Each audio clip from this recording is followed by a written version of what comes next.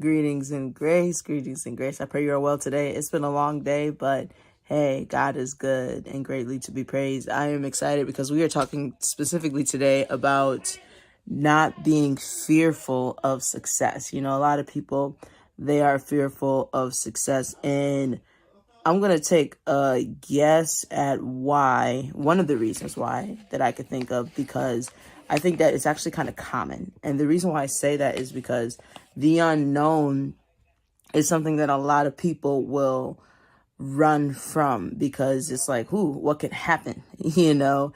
And that just goes to show that a lot of people actually think like that, you know what I'm saying, when it comes to the unknown things in life. And so when you fear success, you're fearing something that you've never experienced. You're fearing something that people around you haven't experienced, you know, on the level that you're trying to experience it on.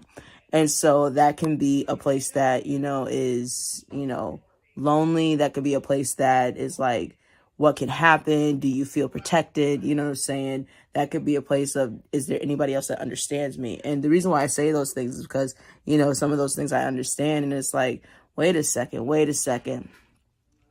You know, people will understand. You know what I'm saying? There are people who have been where you're going. And those are the people that you want to connect with, because those are the people that can share a lot of stuff with you. And when you start to think about it like that, it's like, okay, you don't have to fear, you know, not understanding, right, where it is that you're going, or nor do you have to fear, you know what I'm saying, what you don't know, or the fear of like, hey, you know, can you protect what it is that you are achieving, right? It's like, you know, you reach a certain goal.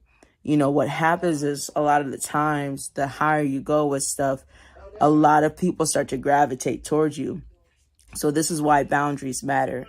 You know what I'm saying? This is why knowing who you can trust in your circle matters. Who's really honest with you, who really cares about you, who's going to keep you humble, who's going to keep you honest, who's going to, you know what I'm saying, keep you also accountable to, you know what to say, where it is that you're going and what it is you're trying to do. That's so important. And there's a lot more I'm certain of that I have no clue about yet. You know what I'm saying? But I'm learning, right? And as I'm learning, I like to share what it is that I'm learning with you guys, you know. And I'm not saying that, you know, I'm out there like big time yet, because I'm not. And honestly, I'm okay not reaching big time like in front of everybody. I'm more so low key, because the type of stuff that I want to do is I want to be one of the biggest givers ever. You know what I'm saying? Whether I recognize for it or not, that's something that I desire to do. That is a goal. And for me, that's a very specific, there are very specifics that are attached to that. And so it's like, okay, I don't take it lightly, one, and two, you know, you don't need a lot of attention for it, you know, and I'm okay not having a lot of attention for it, because what it is that I'm trying to do is, you know, work for the long term, but also I have quite a few other goals. But I'm just saying that when you are fearful, you can actually hinder yourself and you can sabotage what it is that you're trying to build.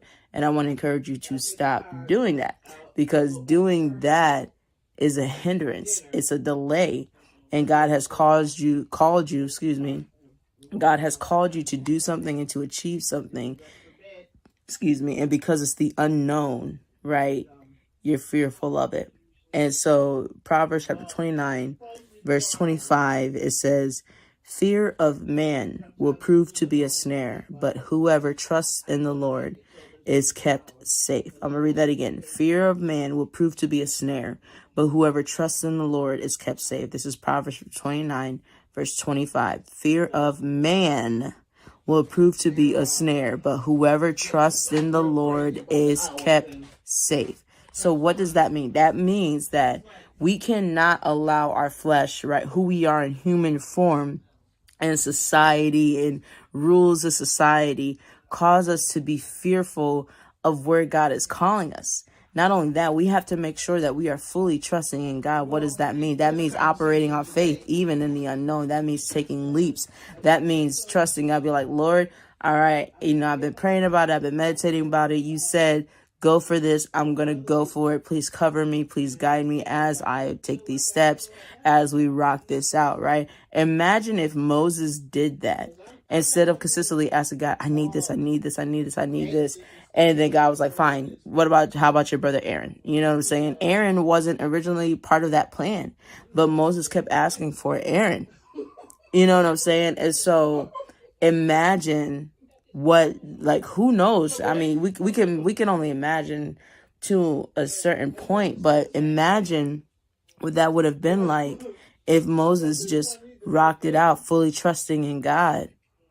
I mean, that would have been amazing. So, do not allow man or society to cause you to literally hold yourself back from the beautiful things and the abundance that you've been praying for, that you've been hoping for, that you've been studying for and applying for, right? You've been working so hard, and then you're not going to go for it because you've never experienced it or because no one around you has experienced it. Come on. Nah, be encouraged to no longer allow the limitations of who we are as humans keep you from the abundance that God has for you. So be encouraged. God bless. Look, I'm excited.